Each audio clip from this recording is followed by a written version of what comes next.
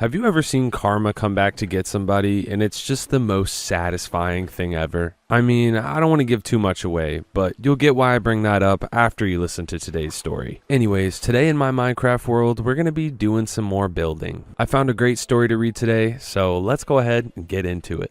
Today's story is from r/NoSleep from user BadAndyTheRed. My friend and I got a job cleaning strange graffiti from an abandoned building. We barely made it out alive. Another day, another job. It would be nice to find something more reliable one day, ideally, with a low mortality rate and paid time off. Instead, Jake and I have made our way through so many career fields that I can barely keep track at this point. We've been crime scene cleaners, construction workers, bartenders, and hell, even one-time amateur exorcists. Don't ask about that one, though I will say that papacy might forgive our transgressions if they saw our results. Anyway, Jake and I have found ourselves in need of work again. This last job didn't last long, and it was strange, even by our standards. It was another cleaning gig, and we figured that despite the odd description and the admittedly creepy location of an abandoned building near town, it would be alright. At least there would be no blood and bodies to clean up, and hopefully no cursed dolls hiding around in the basement either. It was a month ago. We were looking around and found an odd listing about a cleaning crew needed for an old flea market close to downtown. Just some cover-up painting. Not a big deal considering what we had done before, and the pay was surprisingly good for such a simple job. We jumped at the chance when we found it, since it would be our first decent payday in a while. Jake and I took the van out to the building to meet the contact for the position. Jake was grinning like he always did when we're going to get a new job. At this point, I figured he got some sort of masochistic joy out of the idea that everything might unravel around us like a curse. I was just excited for another paycheck, even if it was another cleaning gig.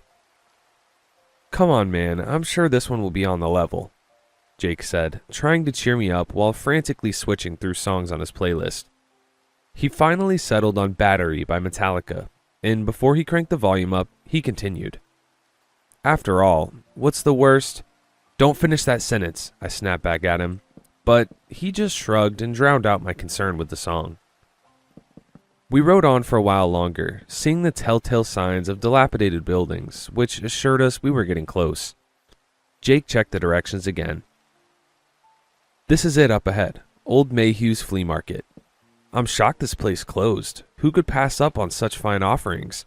He chuckled sarcastically while pointing to an old, defaced sign of an unpleasant-looking man in an ill-fitting suit. Jake had a point. The marketing sucked as much as the location. We parked in a lot just outside the condemned building. Now that we were closer, I saw that the place was fairly large, which made sense if it had been a bigger market in the past. The entire building was in a sorry state now, though. Many windows were broken, boards were haphazardly nailed over sections, and the whole place looked like a light breeze could topple it. As I looked on, I saw nearly every square inch of the place was tagged or covered in graffiti. There was also a strange ring of what looked like white paint on the ground that seemed to circle the perimeter. I wondered why someone would want us to clean the place and not just tear it down and start again somewhere better, but I suppose it didn't matter. We were there and ready to work. Assuming this job really was on the level, I wanted to get down to it as soon as possible. In the next few minutes, another car pulled up. It was a well-maintained, if not a little dated, Oldsmobile, still looking sharp despite its best years being behind it. A tall man wearing a cowboy hat stepped out of the car and walked over to us. "Howdy, boys. The name's Earl Mayhew. Good to meet you." Jake stepped forward and immediately shook the man's hand and gave a sarcastic, "Howdy, Earl. Name's Jake, and this here's my friend." Sorry. I cringed at the awful accent Jake was attempting and hoped it would not offend our new client. Instead, Mr. Mayhew just laughed and slapped his knee.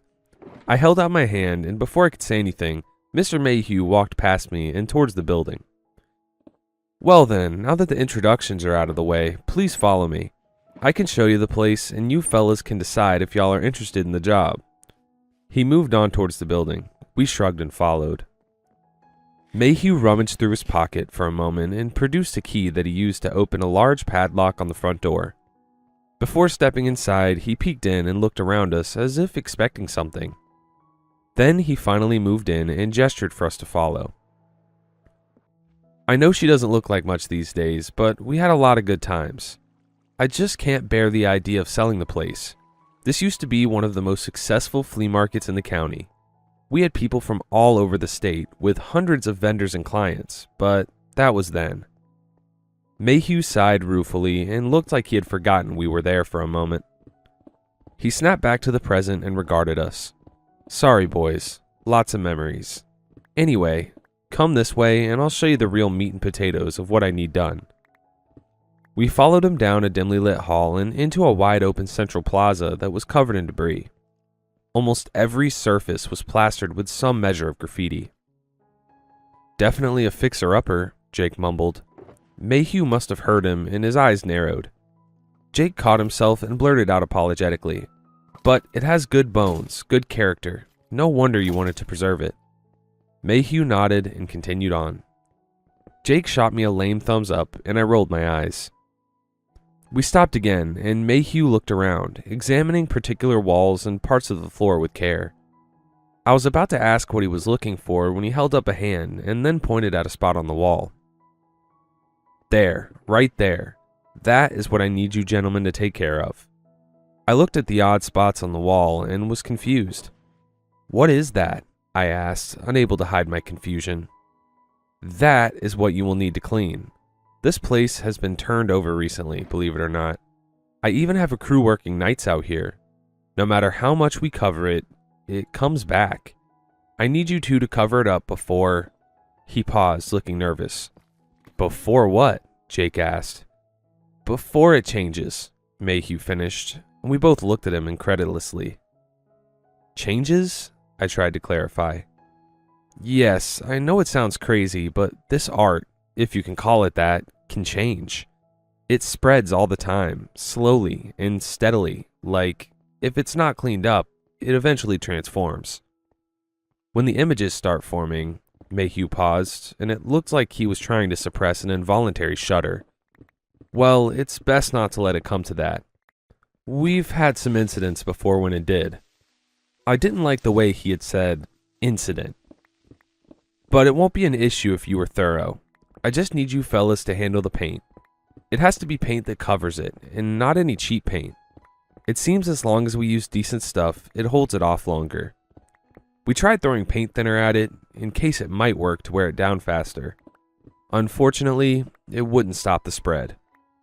So I was left with gallons of the stuff that I had to store in the main hall. Once I get the funds ready, I'm going to wallpaper the bejesus out of this place and replace all the flooring and see how that thing likes it. He slapped his knee and laughed again, but stopped to cough awkwardly. I was confused. What was that thing he was referring to? It felt like there was a detail he was omitting.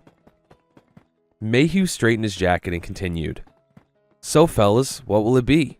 Just a few weeks of painting, and I'm willing to pay you the whole salary of the last crew of 5 people. He held out a piece of paper, and I collected it before Jake could. He looked over my shoulder and mumbled a soft, whoa, when he saw the pay. I tried to suppress my own excitement. It was double what we made in our last job for only a couple weeks of work. Count us in, sir, we said almost in unison. Excellent, boys. Happy to do business with you. You can start tomorrow. I just have to work out a few things with the other crew, and you guys will be in business. Come by bright and early tomorrow, say 6 a.m., and we can go over the particulars. We arrived early the next day as requested. I was still feeling groggy, and I hammered back an energy drink before stepping out of the van. Jake seemed oddly energized and leapt out as soon as we arrived, nearly tripping as we went. Mr. Mayhew was there waiting for us. He looked disturbed by something and was kneeling down with a tape measure and shaking his head. There was an odd patch of what looked like dark paint that was on the ground near the white ring. As we approached, I heard him mumbling something in frustration about an artistic bitch. I cleared my throat to get his attention and called out. Hey, Mr. Mayhew, good morning. He looked up, and the look of concern vanished, replaced by his practiced businessman smile. Hey, boys, thanks for coming. All right, so down to business. I'm going to go over a few things, so please save your questions for the end. I need y'all to listen and remember these things, all right? We both agreed, and Mayhew continued. You will be spending most of your shift painting, not some normal painting job. Try and think of this as having a moving target. For a little backstory on how we got here, a long time ago we had a vendor here. She claimed she was an artist, but she was really more of a witch. I know it sounds crazy, but it's God's honest truth. She caused a lot of trouble. Eventually, she cursed this whole place when things changed in a way she didn't like. At some point, she disappeared. Ever since then, this paint keeps finding its way onto the walls, the ceilings, even the floors. He gestured around, and then I noticed the outline of 3 human faces staring down at us from the ceiling. They didn't have features, but the lack of eyes and mouths made them even more unsettling to look at. Like those? I pointed up above us, and Mayhew looked up and cried out, "Oh, Jesus H. Christ, yes, like that. Let's step out of here for now, fellas." We followed him as he rushed out, with a look of genuine fear clinging to him as we fled. We moved out into the parking lot, and he let out a wheezing gasp. Sorry about that, just startled me is all. Anyway, this artist. She's been leaving these paintings, and I've been having folks cover them up every day. They just keep coming back. For a while, I decided to leave it, but then bad things started to happen. Sellers started to leave, calling it unsafe. He spat on the ground and grimaced. Then people started seeing things and getting hurt. Finally, an incident happened that ended up closing us down. Since then, I hold out hope that something can be done to save the place, but I can't just leave it. That thing, it's not content staying here. Every day, the art creeps a bit closer to the outside, and the details become a little bit clearer. When those details are clear, if you see them, well, something bad happens. Something that is better covered up. That's why I need you boys and the other cleaners. He cleared his throat and looked troubled. I was trying to digest the crazy story, and so was Jake. Mayhew asserted his confidence again and continued. Whatever this stuff is, it's unsafe. As bad as black mold and just as spreading. Paint over any and all of it that you see. Just be careful it don't spread out beyond this circle. Cover that mess up first. He pointed to a line in the lot snaking out from the building. And the most important thing, if you see any faces or outlines like back in that room, cover them up right away. Don't wait. If eyes start to form, or worse, the mouths. He paused again, suppressing a shudder. Well, just cover them up, and don't listen to anyone or anything besides each other and me.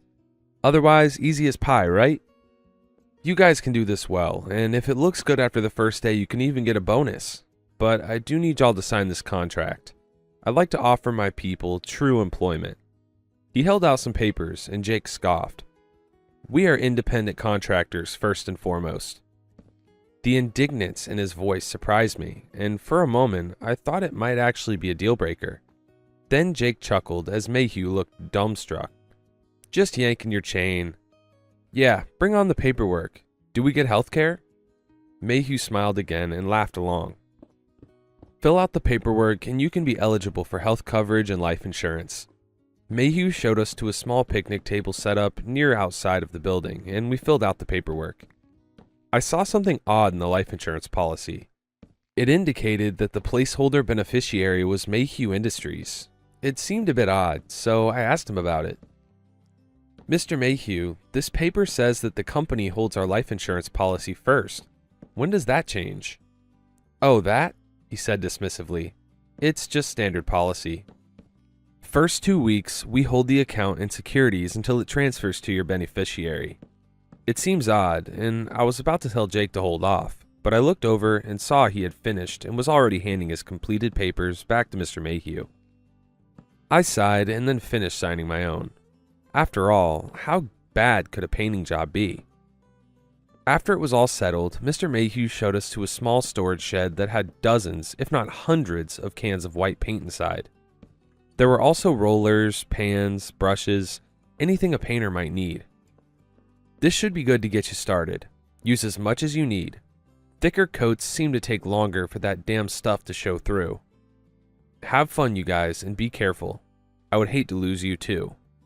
Side note, guys, that wasn't like lose you to, as in like lose you to, like TWO. That was like I'd hate to lose you as well. Man, jeez. Alright, let's keep reading. He walked out to his car, moving in an odd pattern, as if avoiding the path we had taken to get in. I noticed the line of paint that had been there before was gone, or rather it had curved off in a new direction, oddly pointing towards the way Mr. Mayhew was leaving. I ignored the eerie sight and asked Jake, "Are we worried about that last thing he said, about losing us too?" He shrugged. "I don't know, but what I do know is I call not it for painting over the creepy face ceiling." He nearly doubled over laughing, and I held my face in my palms. I could already tell this would be as exciting as watching paint dry. We started work quickly. All the supplies were conveniently located, and it was not long before we had covered up the oddly snaking trail of dark paint that had been creeping out of the building with the white cover-up. Not sure what that guy was talking about. This is going great. It's not like this stuff is actively moving. Come on, let's go inside and work on the other rooms. Jake was right. Since Mr. Mayhew didn't care about how careful we were, it was coming along nice and quick. We opened the front door and nearly fell back in unison. There, inside the entryway, which had been a fading white just an hour ago, now showed murals of dozens of people and dozens of empty faces in that streaking black paint. All of them looking at us from the walls, ceiling, and even up from the floor. "Okay, so that's not ideal," I mumbled as we observed the impossible change. The new paint glistened and seemed to have an eerie aura, like it had only stopped moving because we had arrived to look at it. "Well, shit," Jake exclaimed. "Always has to be something, though at least the old guy was honest with us. Seems we just need to cover this stuff up, or at least do as much as we can, so let's go." Suddenly, he rushed forward with a paint roller in hand and dragged it along the surface of one of the new paintings. I couldn't be sure, but I thought I felt a disturbing sense of pressure build up when he covered the area where the eyes and face of one of the images had been. I was disturbed, but in the moment, I managed the same resolve Jake had. We were there. We had seen crazy stuff before, and we needed the money. I took a deep breath, opened a fresh can of paint, and got to work. At the rate we were going, we could get a lot done by the evening and get that bonus. But we were wrong. So wrong. Nearly 10 hours had passed, and only one room looked complete. Jake and I were reluctant to leave the room unattended, since we both suspected that as soon as we did, the insidious black paint would come washing back in to undo all our work. "This is crazy, man. What the hell is going on? Some kind of haunting to wreck this guy's resale value? I mean, at least it's not attacking us, but it just keeps undoing our goddamn work." Jake shouted at the wall and kicked a can of paint towards the corner he had just finished. It was already starting to show new black streaks beneath the surface. "I know this feels hopeless, but we get paid by the hour, so even without a bonus, the money is still good. Come on, I think the evening shift should be here soon," I said, trying to reassure him.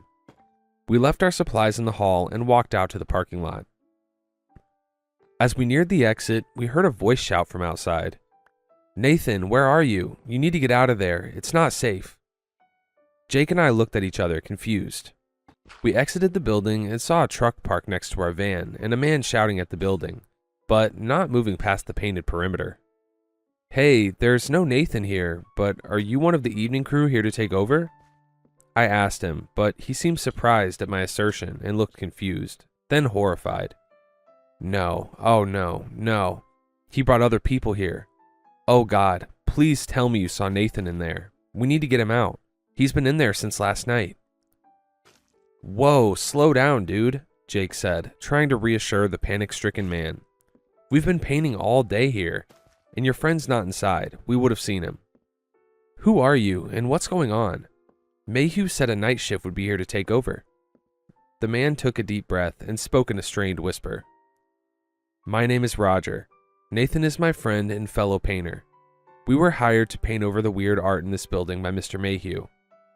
That was what we were doing until something happened last night. Nathan did not get out. Something happened and I can't remember."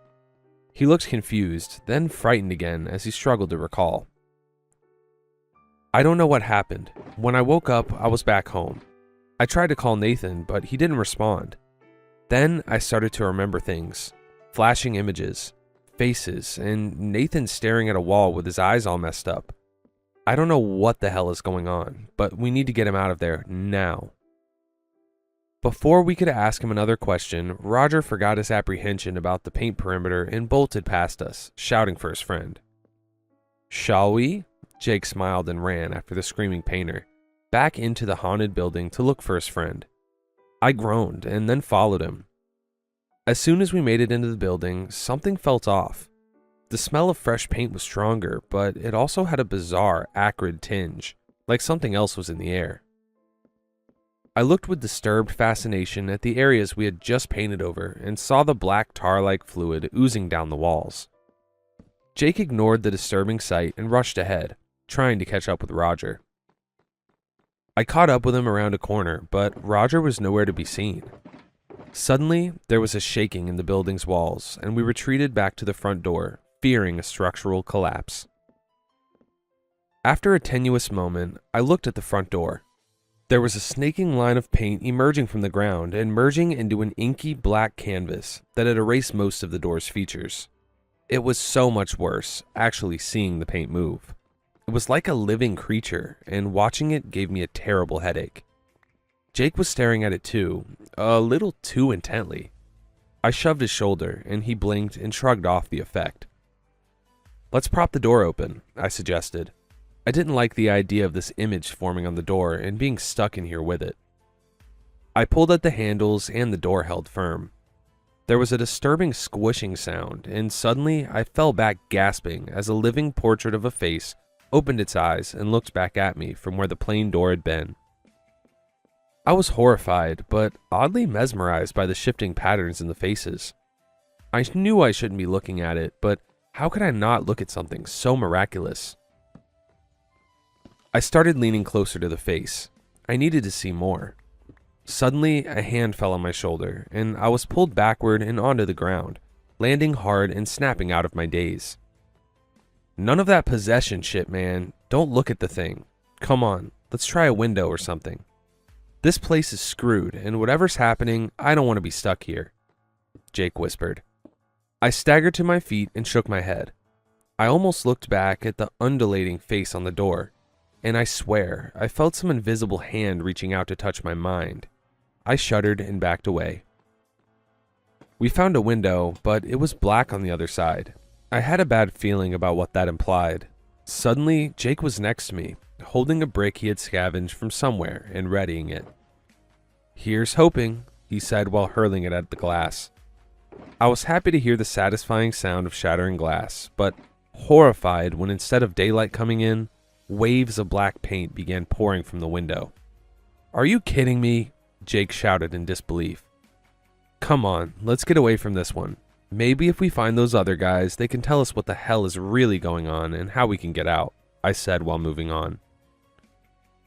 Eventually, we heard something near the west wing and followed the dark halls to it. It sounded like low, muffled gasps of pain, and when we emerged into the room, we saw something horrifying. Roger was there, splayed out and cut open by something. His body was positioned like a morbid statue, and a terrible wound was gouged into his torso, which looked like it had almost disemboweled him. Horrifically, he seemed to still be alive. We approached slowly, and he mumbled a weak groan of agony. "Holy shit, what happened here?" Jake managed to spit out, and I echoed the sentiment. We got closer, and Roger's eyes finally rolled forward out of the back of his head and faced us. He groaned and mumbled, and we could tell he was trying to speak. "Go. Not safe. Nathan is here, but something else." He fell silent, but his eyes remained open. He was dead. "Ah, hell, man. What happened to him?" Jake asked in a panic. I had no idea either, and was trying to reconcile what we had just seen. We looked around in paranoid confusion when we heard something that terrified us even more than the silence. Footsteps. "Did you bring the insurance?" I asked Jake in a terrified whisper. There was a long pause while I looked at him, and my heart sank. "I did, yeah. It's just in the van," he said while flashing a pained smile. "Of course," I groaned. not really knowing if having a gun like the insurance would help against sentient paint and whatever things were at work in the building. Well, come on then, we can't just stay here. Let's try and find a way out. Jake nodded, and together we crept out of the room, leaving the bloodied body of Roger behind us. We found another window, and I didn't see any shifting, monstrous visage behind it, so I figured that was a start. I found a large piece of rebar nearby, and I hefted it up. "Nice, man, let's give it a shot. Crack it open," Jake whispered. I held the bar and swung as hard as I could. Glass shattered, and the darkness behind the glass gave way to a more natural glow of twilight. We could get out this way. I used the bar to clean the glass out of the frame. It was a tight fit, but I figured we could both get out of the building and this lot before calling Mayhew and telling him the bad news. Just as the way was clear and I was pulling myself up and out of the building, I heard footsteps again. I looked down the hall and saw a figure emerging from one of the adjacent rooms. There was a low groaning, creaking sound, like the rusty hinge of a door. The terrible sound echoed as the figure walked along in what looked like pain.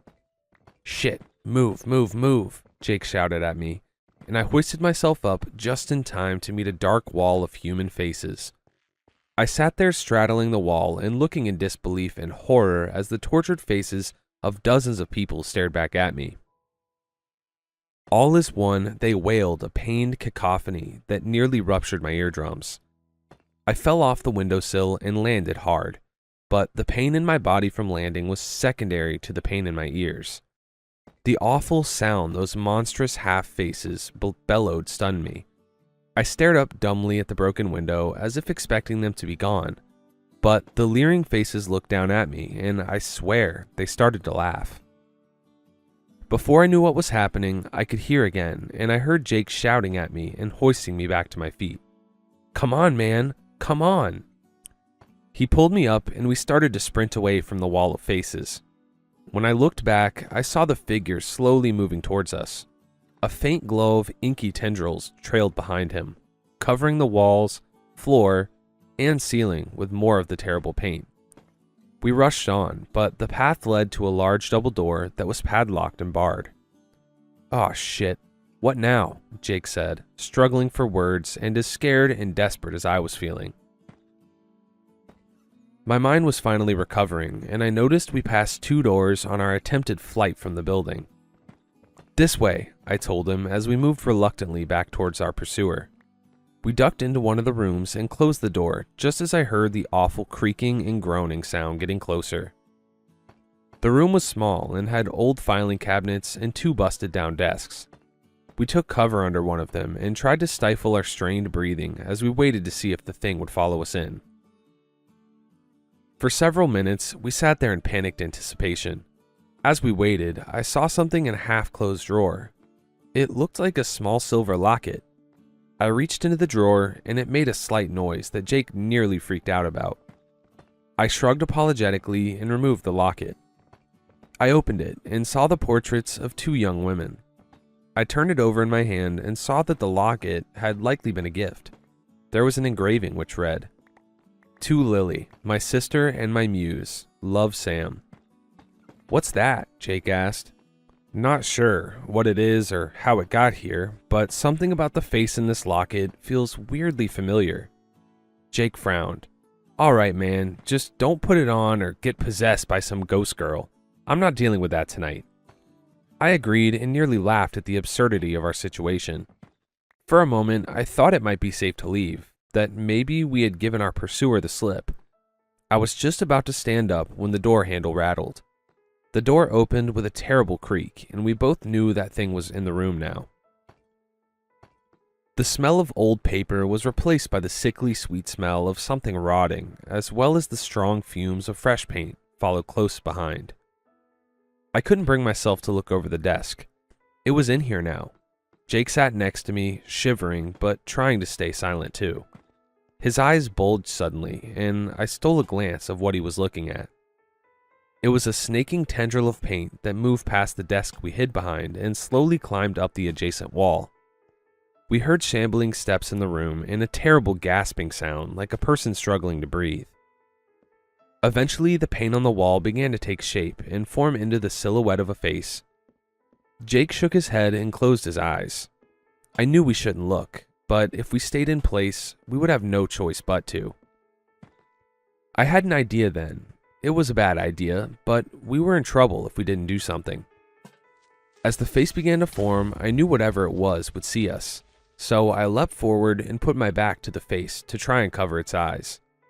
My plan would have worked, but I tripped and stumbled, knocking a small stack of papers over in the effort.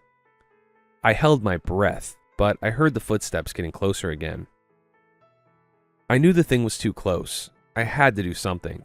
I jumped up and shouted, "Nathan, wait!" The figure stopped moving and stood looking at me. In the dim light, I finally saw its features, and it took all my willpower to meet its gaze. It was a person, a middle-aged man, bald and with a thin beard. As for eye color, I couldn't tell. All that showed were fathomless black pits of swirling ink that looked like the sentient paint we had been trying to cover up. Whatever was happening to this place, it seems to have possessed one of the cleaners, and I had no idea what I was really looking at just then. There was a terrible pause, and I thought I might have made a mistake. I had a feeling it would rush me and envelop Jake and me in that terrible paint. Instead, I heard a choking, gasping noise, followed by the figure bending over and retching. In the next moment, torrents of the writhing paint left his body. Then, the thing that had once been Nathan looked at me again. It cleared its throat and spoke. "You too. More people mayhem brought to destroy my work. You can't be allowed to live. You can't be allowed to do this." The figure lurched forward, and I held up my hands. Wait. We were just hired to clean the place." The thing reached out its arms, and snakes of paint began to unfurl and reach out. I thought we were dead, but I reached for the trinket I had just found and held it out. "Wait, was this you? Please tell us, who are we really speaking to?" The thing stared at me for another moment, then at Jake as he silently rose to look at what was happening. "Where did you find that?" it rasped. Oddly, the thing's voice softened after seeing the locket. "Yes, my name was Samantha Gardner. I used to work here selling paintings that my sister Lily and I would make. The people loved our work, and for a long time, this was a joyful place. Then that lecherous bastard, Mayhew, bought it and started extorting all the vendors. He started raising our rent for no reason, kicking vendors out who had been here for years, just because they would not kiss his ass. Worst of all was what he did to the female vendors. The terrible face of the puppet Nathan went slack, and I heard bones crunching as a fist balled up. I shuddered as I considered the entity's anger. After a while, enough of us got together and tried to get him outed, but he took things to an extreme. He knew I wouldn't let it go. He invited me here to talk it over and try to come to an arrangement. Then he killed me. My sister was horrified. She tried to get the police involved, but they couldn't prove anything. Mayhew ensured it all looked like an accident. I thought it was over. I was dead, but somehow Lily used her paints to bring me back. I don't know how it worked or how I'm here again, but what I do know is I will get that bastard for what he did to all of us.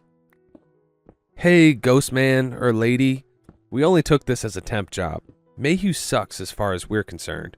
He didn't tell us any of this, so do you think if you let us go, we could, I don't know, maybe rough him up for you or something? No need to hurt us, right? Jake asked. The figure paused for a moment as if considering. There was a brief glimmer of hope, but my heart sank when the figure shook its head. Listen, you gotta respect Jake for trying. That's actually hilarious. No, I'm sorry. You're too valuable to me as vessels. The others couldn't leave. This one is too broken. I don't need to trust someone who works for Mayhew when I can just wear them. Don't move. It's less painful if you don't resist. The creature staggered towards us again, arms outstretched, the terrible paint bleeding from its mouth. I pulled Jake away as a gout of black paint sprayed out from the thing and nearly covered him. We recovered quickly and burst out of the room, running away as fast as we could. I looked around as we fled and saw that the walls were covered in more of the paint. It was dripping from the ceiling now, like blood from a wound. We rushed back through the main hall and witnessed a horrifying sight. The walls were lined with more of the black paint. In each surface, the faces of the dead writhed in different states of decay. The sentient paint surged and writhed over everything like a canvas of lost souls. We had to get out, but we knew that thing was still after us. I had another idea. It was a bad one, but we didn't have many options. "Jake, do you have your lighter?" I asked him. "Yeah, man, why? What's the plan?" He handed it to me. I considered just how crazy the idea was, but resolved to go through with it when I realized what might happen if we waited. Well, if this is like one big painting and the canvas is keeping us in, why not burn our way out? We have gallons of paint thinner in the hall that Mayhew left, and a light source. I trailed off, and Jake's look of concern changed to a manic, hopeful smile. "It's crazy, dangerous, and stupid. I love it. Let's go." We printed back to the front door, ignoring the terrible wailing coming from the images all around us. We got to the front door and saw the drums of paint thinner nearby. "Throw some," I called out to Jake. He doused the door with paint thinner, splashing it everywhere since his eyes were closed and he didn't want to look at the terrible faces that screamed back at him. "Back up," I shouted to him. He stumbled back a few steps. I opened the lighter, struck a flame, and crossed my fingers. I threw the lighter, and after a moment, there was a burst of light as a small fireball flared into life. The stench of burning paint and charred wood was horrible. The faces melted away, then the paint, then parts of the door as the fire spread quickly from surface to surface. Now we just have to get out of the burning building. I laughed as we saw the smoldering door. Suddenly, a terrible wail echoed through the hall, and we saw the twisting form of Nathan being carried aloft by a small wave of living paint. The puppet thing spoke in the enraged voice of the slain painter. "You pathetic, monstrous savages, what have you done? My work, my life, you will burn it all down. There will be no justice for us all, no future, no more art." I almost felt bad for the rambling specter until the horrible face contorted in a rictus of hatred and the thing shrieked and charged at us.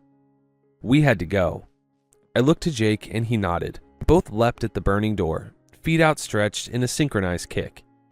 The door smashed open and we tumbled out into the cold night air. We gasped at the fresh air and scrambled away from the burning building. The paint monster continued wailing but could not follow us through the veil of flame. As we watched it burn, we saw the outside tendrils of paint begin to wither and dissipate, despite the lack of touching flame. "Should we call 911? Jake asked. I considered it for a moment, then heard the shrieks inside of whatever still lingered. "Nah, let it burn for a bit." We sat and watched the inferno for a while before we heard a car approaching and saw it was Mr. Mayhew. He jumped out of his car and his face was pale. No, my building. What happened?"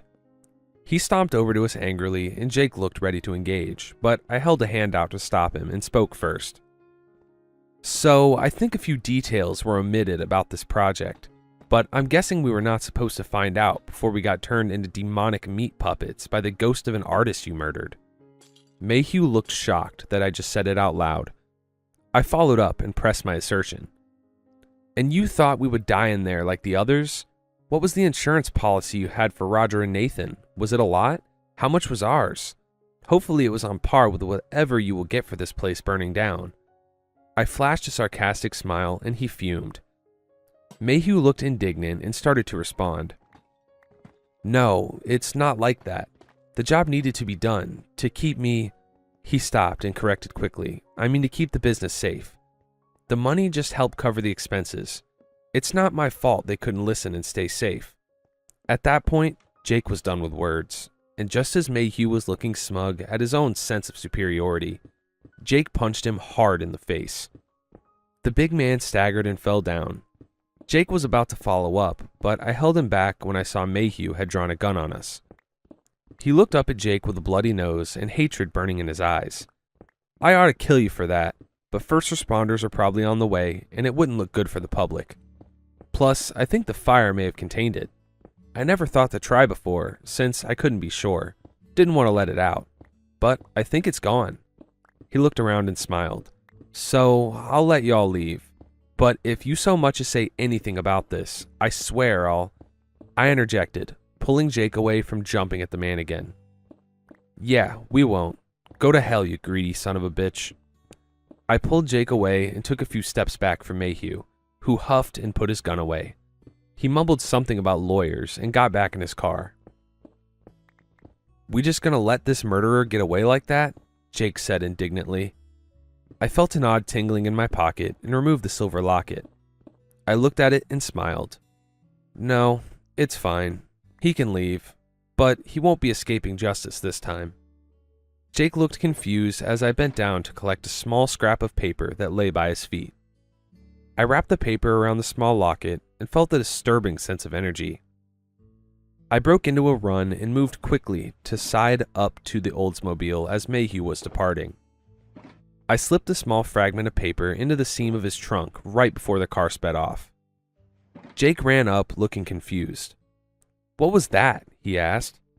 I held up a hand and pointed to Mayhew as he drove away. I watched with a smile as lines of black paint started emerging from his trunk. Jake saw it too, and his eyes went wide. "Wow, man, that's going to be a fun reunion." I nodded my head silently. Jake and I waited for a bit, then turned back to the van as we heard a crashing sound in the distance, followed by gunshots and a scream. "Do you think we could get proper jobs as painters just to try it out?" Jake shrugged and chuckled. "Nah, something else next. Painting sucks."